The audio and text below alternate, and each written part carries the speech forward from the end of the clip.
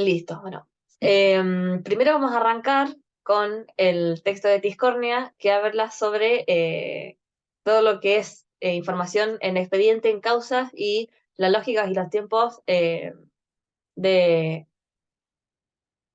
los magistrados, juzgados, todas las instancias que son los judiciales. Entonces,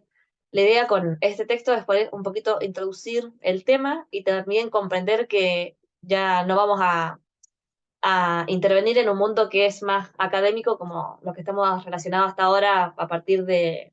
la facultad, o quizás que a partir también de trabajos de investigación, sino que es un mundo nuevo que tiene también sus propios lenguajes y sus propios tiempos, también sus propias redes de vinculación. Entonces, ayudar esto, a poder introducirles un poco este nuevo mundo en el cual uno también interviene, ayuda muchísimo a poder destrabar ciertas cosas que uno a veces no entiende si sigue los protocolos o maneras formales a las cuales uno tiene que proceder y no funciona. Bueno, hay otras claves que en realidad son muy propias de este mundo que es el judicial y uno siempre en la marcha va a ir entendiendo ciertas cosas, ciertas formas de relacionarse y de responder, ya sea de forma escrita, oral o incluso por teléfono. Pero bueno, la idea es, con este texto es poder adentrarlos a ese mundo. En el texto de Discordia se hace a través de la casuística del caso de Walter Bulacio. Acá no hablamos tanto de ese caso en particular, sino que es una excusa para poder introducirles en este mundo y quizás nosotras contar un poquito nuestras experiencias, a veces lo que nos ha pasado en alguna pericia, en algún momento de las chicas de toma de muestra, que tenemos que lidiar con las fuerzas, con la poli, quizás que con algún abogado, algún fiscal, que a veces se hace complicado. Entonces, como dependiendo también del lugar en el cual uno interviene, a uno a veces le limita, pero también amplía las respuestas o las acciones que uno puede tener. Entonces, en este contexto, nosotras como antropólogas forenses o, sí, actuando como antropólogas forenses, porque en realidad el título no lo tenemos, pero actuando como tales, lo que tenemos que hacer es entregar un informe pericial. Todo se resume, todas nuestras tareas, toda nuestra investigación preliminar, se va a resumir en el entrego del informe pericial, que es un insumo que va a insertarse dentro de otras pericias y de otras fojas, que son hojas, y de otros documentos dentro de un expediente marco. Entonces, eso nos va a permitir entender, bueno, si en realidad todo culmina con ese informe, también tener en mente cómo tenemos que generar ese informe, para quién y en realidad cuál es el objetivo de ese informe. Hay muchos informes que están escritos o que entregan solo la información cruda y lo remiten, y es tarea del fiscal o de la persona que está investigando poder entender ese informe, o hay gente que entrega la información ya muy procesada y poder verificar esos datos es muy difícil porque no está la información cruda para hacerlo. Lo ideal es hacer las dos cosas, entregando información cruda y después nosotros hacer una interpretación o dar esa interpretación y recomendaciones. Y después otro profesional que puede ser, por ejemplo, si nosotros somos eh, de la querella o somos perito oficial, quizás que un perito de parte, en vez de tener que repetir la pericia, puede acceder a esa información cruda y puede llegar a la misma conclusión que nosotras o no. Eh, pero si nosotros, nuestro fin último es que se entienda lo que quisimos hacer, vamos a hacerlo con un lenguaje claro, vamos a poder desplegar toda la metodología y poder paso a paso llevar a la persona, al lector, a que entienda las conclusiones a las cuales nosotros llegamos. Hay veces que hay gente que no le interesa eso, es solo responder a lo que le pidieron y sabiendo que en realidad que no va a presentar una ayuda mayor a la causa, no, o no va a entregar información útil, remiten igual solo lo que le preguntaron sin hacer ninguna recomendación ni ninguna observación. Entonces también eso depende muchísimo en calidad de qué nosotros queremos intervenir.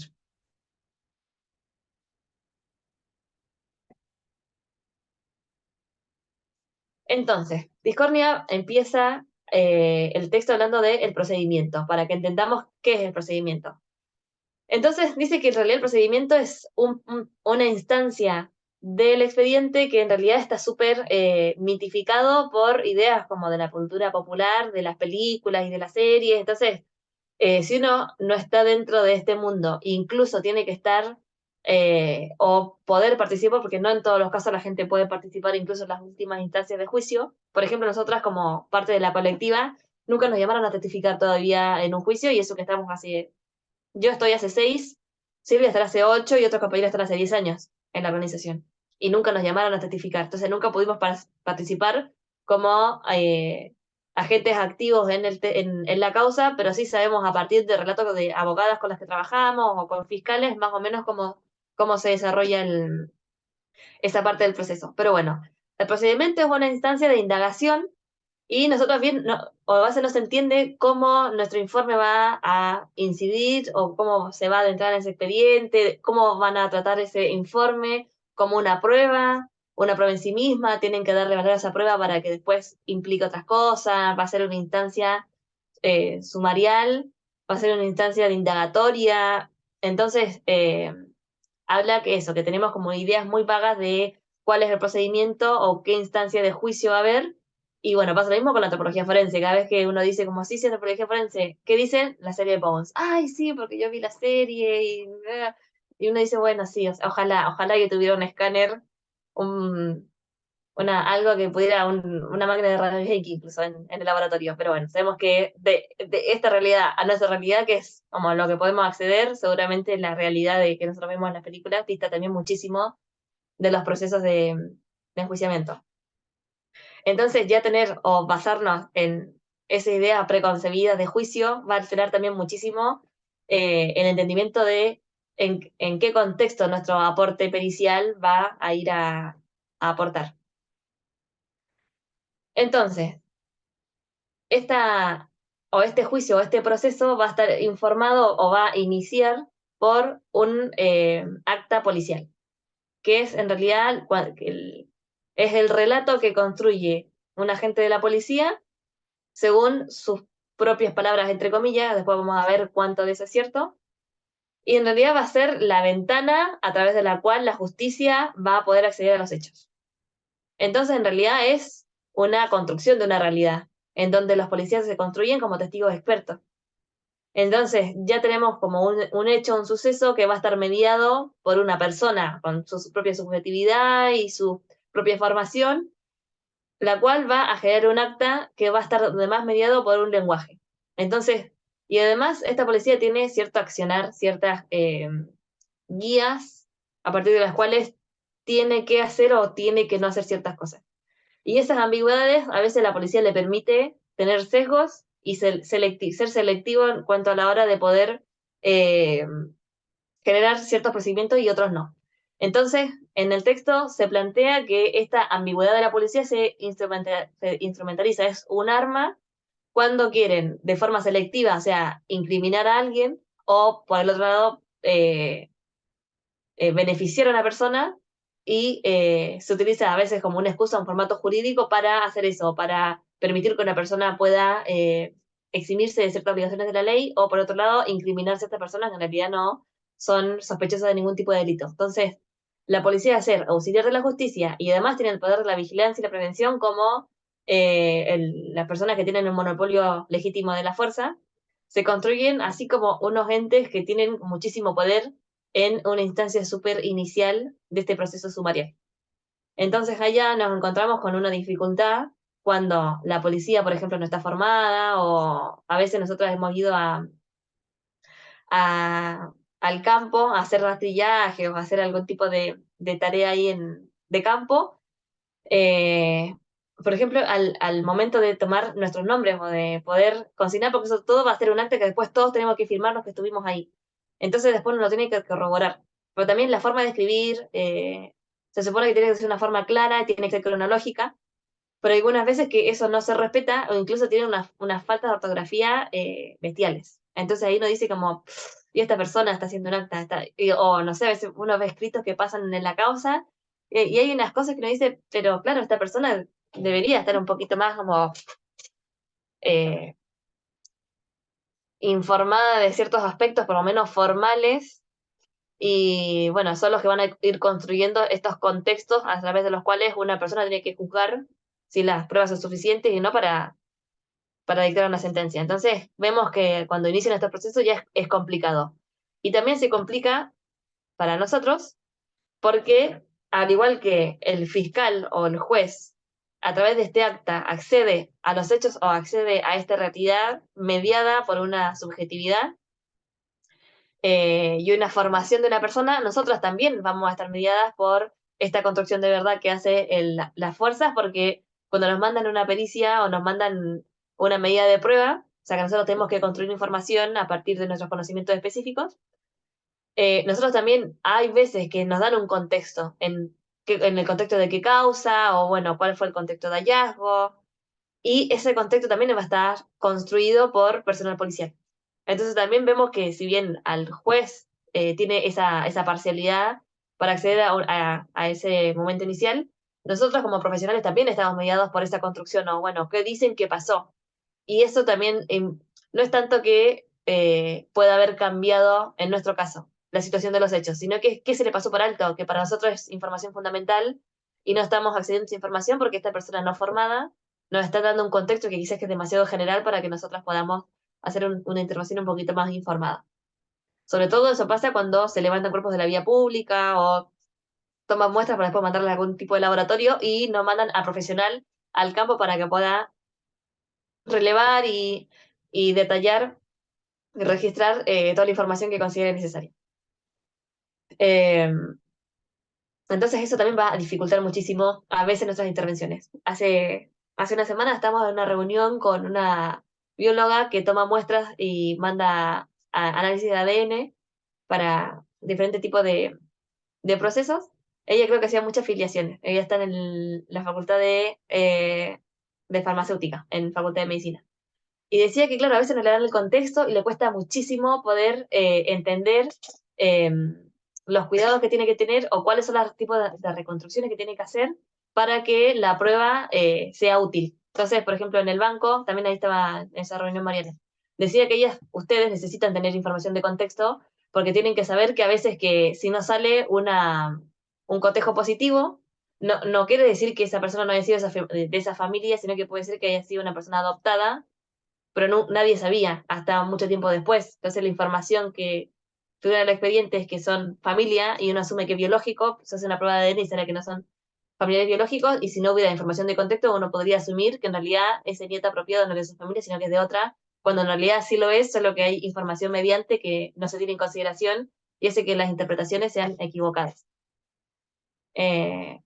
entonces, por eso es importante y es a veces limitante que el acceso a los hechos sea un acta policial. Cuando, sobre todo, no digo que todos los actos policiales sean malos, hay veces que actas policiales no registran quizás como a conciencia o de forma tan densa los hechos para que nosotros tengamos la información pertinente.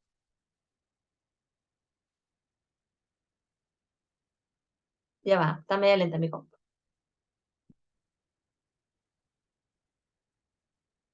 Y en este mismo, o sea, y en esa misma línea, está bien, ¿no?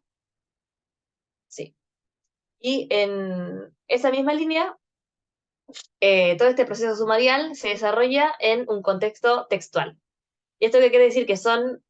todo este proceso se desarrolla a partir de escritos. Todo lo que está en papel es lo que existe o lo válido, y todo lo que se dice de manera oral no se considera. Entonces todo tiene que pasarse a un formato específico de escritura, y de una escritura también un poquito como críptica, muy difícil, tiene que tener ciertas lógicas y ciertos órdenes que respeten ciertas estructuras verticales de jerarquía, que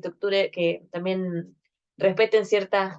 criterios de forma del escrito. Uno tiene que nombrar ciertas cosas de ciertas maneras, si no el escrito te lo pueden devolver como que no se entiende en realidad uno lo que está diciendo y tiene que reformular. Entonces en el texto hay una cita de la investigación de Tiscore que dice que lo que no está en actas no existe en el universo. O sea, es más real el expediente que la realidad en sí misma. Y funciona así en estos contextos de investigación. Entonces, una investigación oficial tiene todas estas limitantes o tiene todas estas condiciones que hacen que uno tenga que adaptar su práctica profesional en estos contextos para que pueda hacer un informe o un insumo que sea útil y que el abogado no tenga que intentar ingresar múltiples veces o que tenga que hacerle múltiples correcciones para que sea admitido. Entonces, por un lado es un proceso escrito, entonces tienen que labrarse, ahí en el texto dice, eh, actas cuasi mágicas, porque a partir de esta escritura y de cierta solicitud o de cierta forma de escribir ciertos pedidos, habilitan o te cierran ciertas puertas. Después también está la participación policial, que es discrecional, o sea que ellos deciden también qué registrar, qué no registrar, cómo registrarlo, cuándo registrarlo, porque también se puede ahí, o sea, afecta tanto como una cosa que, o sea, pareciera que no influye tanto, pero es la caligrafía del policía. Va a ser, a veces hacen rondas, por ejemplo, no sé, hay que tomar testimonios de los vecinos de la cuadra donde pasó algo. Toman testimonios, pero si no se entiende la letra manuscrita de la persona, esa información es como que no existiera. Entonces también es qué nivel de registro o qué nivel de importancia le está dando la policía a esa acta. Y después también el protagonismo judicial, que en última instancia, todo lo que suceda puertas adentro en el juzgado es más o menos lo que va a afectar a las instancias posteriores del proceso. Entonces, todos estos contextos en el texto Discordia plantea que son investigaciones con características inquisitivas, porque eh, parte de una presunción de culpabilidad cuando en realidad hay otros marcos jurisdiccionales que parten de una presunción de inocencia. Entonces, por eso tiene muchas características inquisitivas, porque se asume que es una persona que sí es culpable y se están buscando en realidad evidencias de que esto es así. No es que se buscan pruebas de verificar su inocencia, sino que es evidencia de poder ratificar la culpabilidad.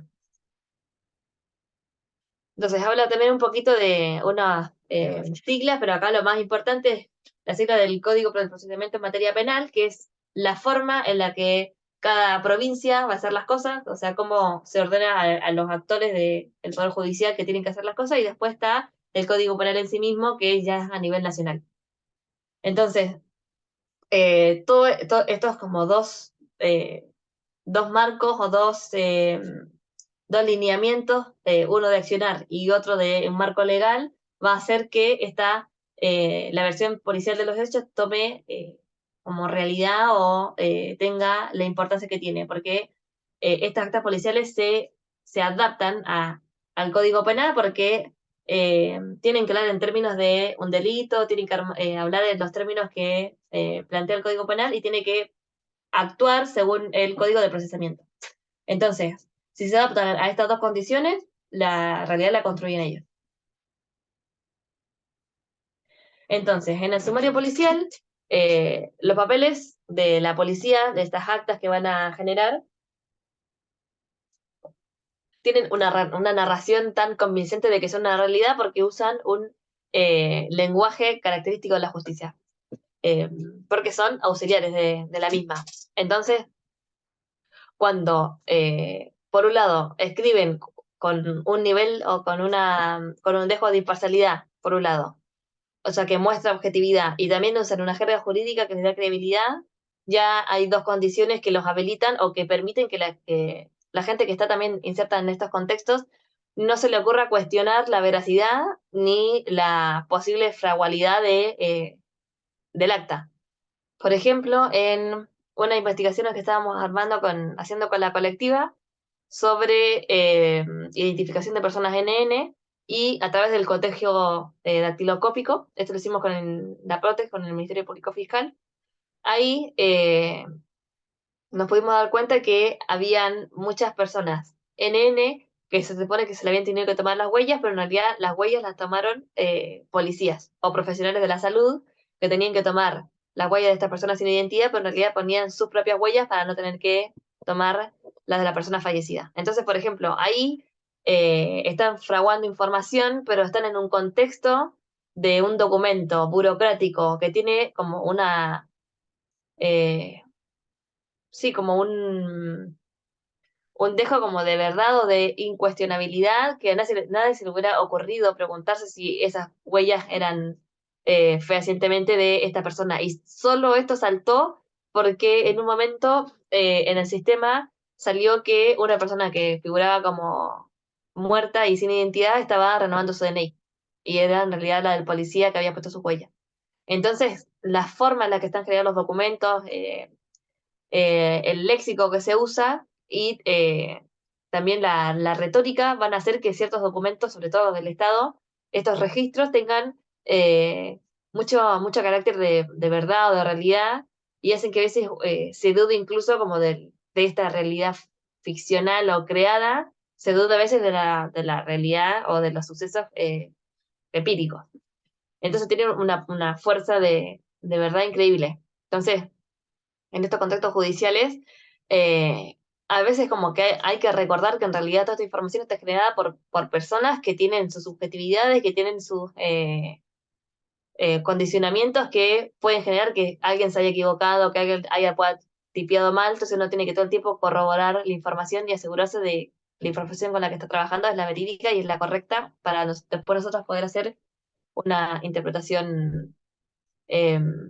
que no sea errónea. Bueno, acá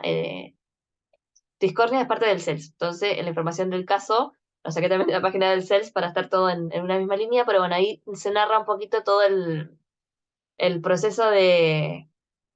la racia en la cual apresaron a Walter y donde sufrió violencia policial y lo mataron en un contexto de encierro en el calabozo de la policía. Y en el juicio en realidad se discute la responsabilidad que tenía el comandante, que era en realidad el que estaba, que había ordenado a que se genere esta racia y bueno, que hayan habido 76 jóvenes apresados ilegítimamente. Entonces el juicio en el texto se habla un poquito de esto, como de la responsabilidad y después habla un poco también de cómo se crea esta realidad o cómo se puede justificar esta responsabilidad y por el otro todas las prácticas propias del sistema judicial que tiene para dilatar los juicios y que a veces se pueda superponer eh, la prescripción de una causa por el tiempo del proceso. Entonces, hay prácticas en sí mismas dentro del Poder Judicial que van a hacer que el proceso se venza o eh, si caduque por aplicar de una forma como un poco eh, viciosa estas prácticas o estas dilaciones del proceso. Eh, Y bueno, como les comentaba también ahí, estas prácticas de dilatar se liga muchísimo a esta forma de transcribir de forma compulsiva todo lo que sucede porque todo lo que es real está dentro del expediente. Entonces, esta compulsión por la escritura hace que un expediente tenga múltiples cuerpos de documentación. Entonces, también esto dificulta muchísimo la lectura del expediente y poder acceder a los hechos y cómo se va evolucionando esa investigación. Entonces, hay reportes que son pedidos de X a X lugar, se manda. Un intermediario hace otra acta y le incluye al expediente avisando a que le llegó y que lo va a hacer el pedido. Después se incluye otra nota diciendo que el pedido llegó y que lo recibió X. Y después hay otro pedido que dice que sí, que X lo recibió. Y después está la contestación y tiene que seguir un camino muy similar. Entonces, al final son 10 fojas de respuestas de que se mandó, que llegó y después el informe pericial está perdido entre medio de eh, alguno de los cuerpos de la causa. Entonces también eso hace que sea un cuerpo de información bastante difícil de acceder y hay que estar muy encima de toda esta información que se está generando y también entender un poquito las lógicas de cómo se guarda información para no perderse un poco en esta compulsión de generar registro todo el tiempo, registro escrito.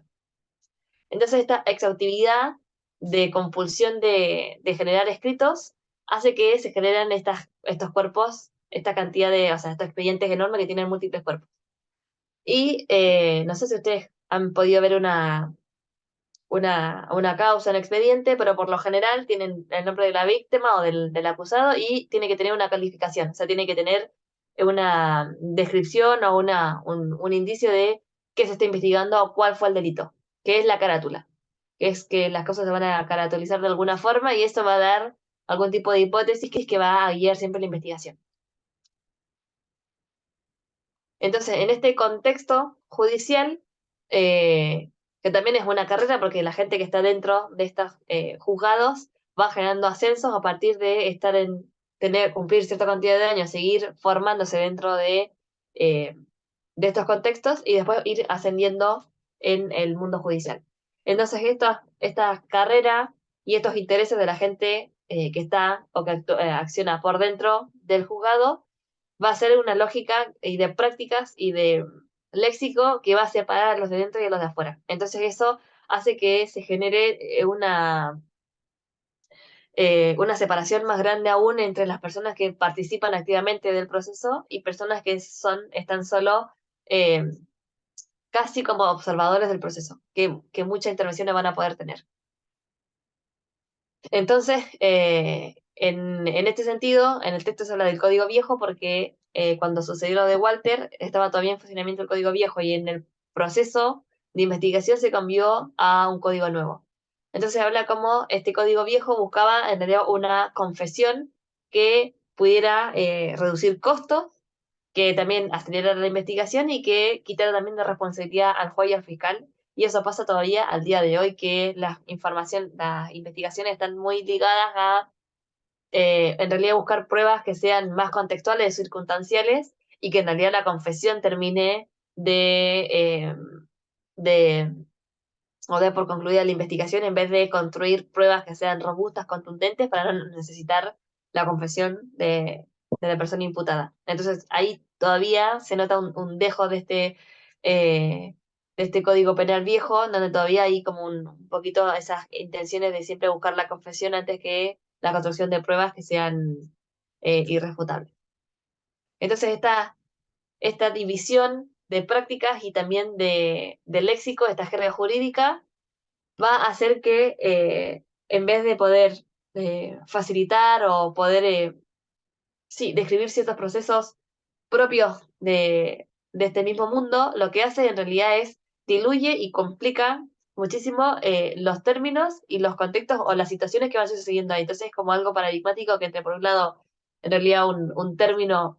ayuda a enmarcar una situación en el contexto judicial, lo que busca es diluirlo o complicarlo para que gente que está por fuera no pueda acceder tan fácilmente a la situación que está ocurriendo. Entonces que ahí le hice un recorte de el texto en donde dan la definición de error de prohibición, por ejemplo, que para nada es un término transparente o algo que nosotros podíamos sacar por contexto. Entonces habla que el derecho, al ser un derecho, juega con esta doble característica que por un lado debería ser accesible porque es un derecho, pero en realidad oscurece con sus términos para que justamente la gente no pueda acceder tan fácilmente a la información, a los procesos, para generar estas distancias y generar estas jerarquizaciones entre la gente común y la gente que pertenece a este mundo eh, de la justicia, que serían abogados, fiscales, jueces. Entonces, dice que hay como una lógica de dejar por un lado como a la plebe y por el otro lado todo lo que es el mundo judicial. Entonces, esta jerga y estas interacciones de personas que están por dentro del mundo judicial y los que estamos por fuera o estamos de una forma tangencial comunicándonos con ellos, hacen que nosotros tengamos que sí o sí aprender a recepcionar oficios por un lado y responderlos. También tenemos que aprender o jugar con esos márgenes de respuesta que se dan entre las solicitudes y las condiciones de posibilidad que tenemos de responderlos, por un lado, de forma escrita y después poder accionar las solicitudes que se nos generan. Y también tenemos que aprender las formas en las cuales tenemos que responder y los canales aceptados para poder dar esa respuesta. O sea, no se puede responder de cualquier manera. Hace muy poquito empezaron a aceptar como información válida de los expedientes los mails, porque antes uno se comunicaba así por mail, le respondía, pero después tenía que hacer un escrito propio para mandar a la fiscalía y ahora los mails se están aceptando como un informe de avance o como una nota como que puede ir al expediente sin tener que hacer una nota aparte. Entonces, estos factores van a condicionar muchísimo la comunicación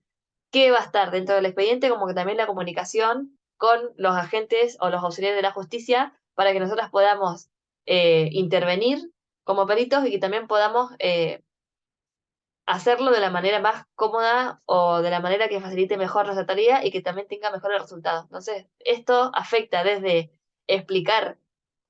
nuestras incumbencias, los límites, los alcances que tiene nuestra disciplina, como también va a condicionar los tiempos que hay para eso. Nosotras hace un tiempo nos habían pedido que eh, generemos una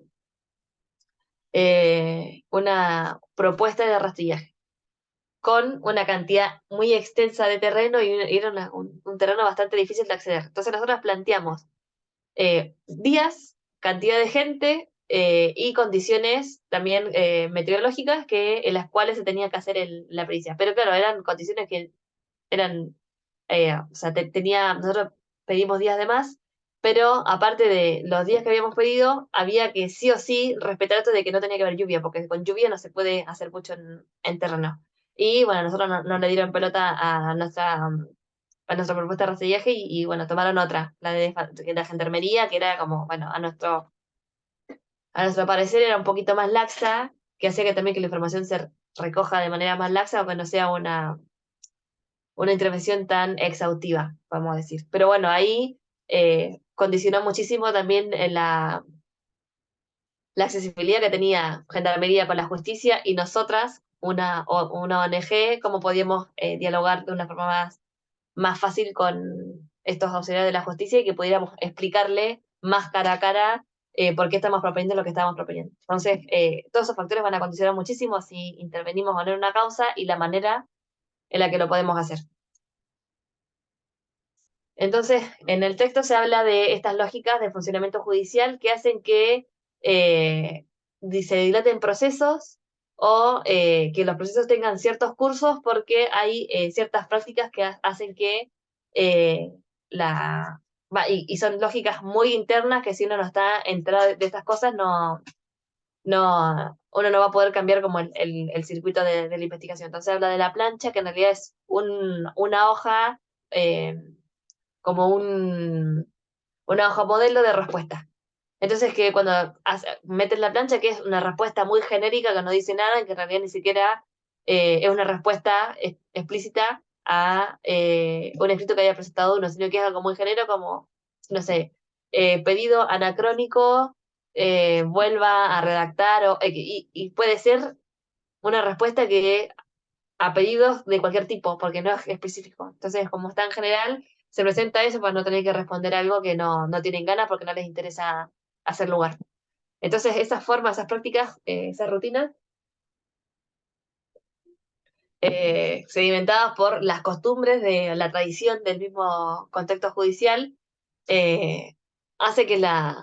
el proceso judicial se resuelva de una u otra manera o con ciertos tiempos también, que es muy difícil de intervenir o de cambiar. Entonces, en este sentido también la justicia tiene sus propias lógicas eh, temporales. Y en el caso de nuestra investigación con los hallazgos de